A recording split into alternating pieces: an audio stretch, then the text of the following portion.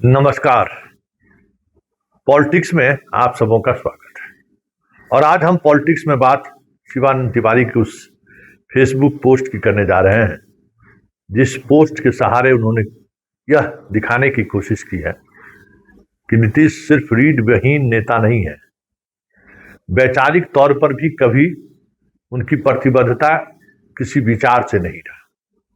सत्ता के लिए विचार भी बदलते रहे, सत्ता के लिए गठबंधन भी बदलते रहे, सत्ता के लिए व्यक्ति को भी बदलते रहे, और कभी संकट की घड़ी में वो लड़ते हुए नहीं दिखे, हमेशा वो रण छोड़ दिखे।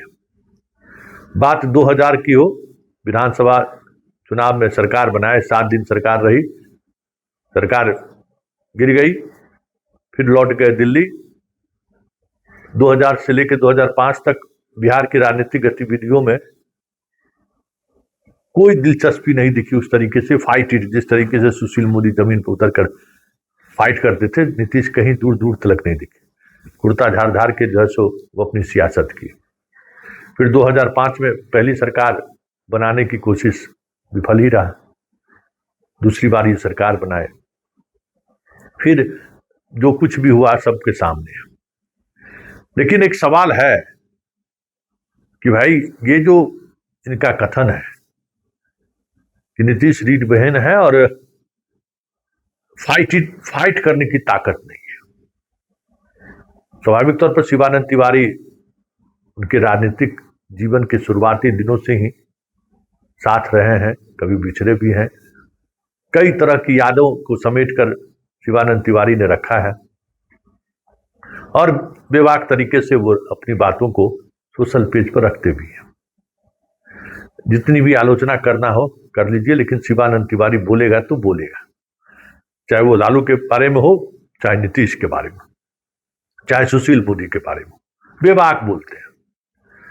उनके बेबाकीपन का जरा पोस्टमार्टम हम भी कर देते हैं, क्योंकि 2005 के बाद जब हम पटना आए तो उसी लुटियन जोन की सियासत को बहुत करीब से देखने को मौका मिला और उस कई घटना का हम साक्षी भी हैं। नीतीश राजनीति में रीढ़ विहीन है या फिर फाइट करने की स्थिति में नहीं रहे हैं, इसको लेकर शिवानंद तिवारी जी का मंतव्य या वक्तव्य जो भी हो, लेकिन एक घटना का हम जिक्र करना चाहते हैं कि जब जीतन राम मांझी को गद्दी से हटाने की बात हो रही थी, नीतीश कुमार हाथ खड़े कर दिए थे साफ। जितने योद्धा अभी दिख रहे हैं ना, भुजा पार्टी वाला सब सिलेंडर बोले हुए थे, किसी का कुछ नहीं चल पा रहा था। लग रहा था जैसे पूरी पार्टी जो है मांझी हाईजेक कर दिया है और 8-10 लोग यही, सम्राट चौधरी से सब, महाचंद्र सिंह, नरेंद्र सिंह, सब लोग थे उस समय में जीतन राम मांझी के साथ।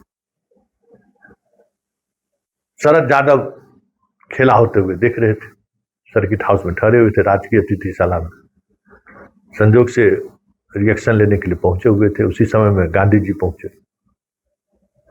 और गांधी जी को शरद यादव ने जो बातें कही हम ऑन द रिकॉर्ड नहीं कह सकते। शरद यादव की जुबान पर जितनी गालियां होती थी, बाबा रे बाबा, सोच नहीं सकते। मतलब नीतीश को क्या नहीं गाली दिया उन्हें। जाओ बनो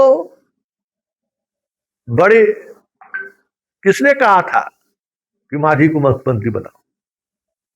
जाओ लो रिजाइन, बुलाओ विधायक दल का बैठक। शरद यादव क्या करेगा? लालू जाकर कहो लालू से बात करने के लिए, ये ताकत लालू में ही है, ताल ठोक के जो है सो खड़े रहेगा। चले थे अभी हम बीजेपी के साथ नहीं लड़ेंगे, अभी हम ये नहीं करेंगे। अरे भाई, कोई नीति निर्धारण होता है ना, व्यक्ति से थोड़ी कुछ होता है। मतलब मोदी को लेकर जो इनका फैसला था ना, उसी फैसले को लेकर वो सवाल करते, और उसमें जितनी बातें उतनी गाली। गांधी थर कर रहे थे और उसके कुछ घंटे बाद लालू की सक्रियता बढ़ी मांझी को हटाने को लेकर। और ये एक ध्रुव सत्य है कि अगर लालू नहीं होते तो फिर आज मतलब दोबारा नीतीश मुख्यमंत्री नहीं बनते। पार्टी उनके हाथ से निकल चुकी थी। जो ब्यूरोक्रेसी उनकी ताकत थी ना, मांझी उस ब्यूरोक्रेसी को भी जो है कि पूरे सिस्टम को दलित नैरेटिव्स के सहारे तोड़ दिया था। एकदम हैरान थे नीतीश कुमार, जबकि सबसे कमजोर मांझी थे।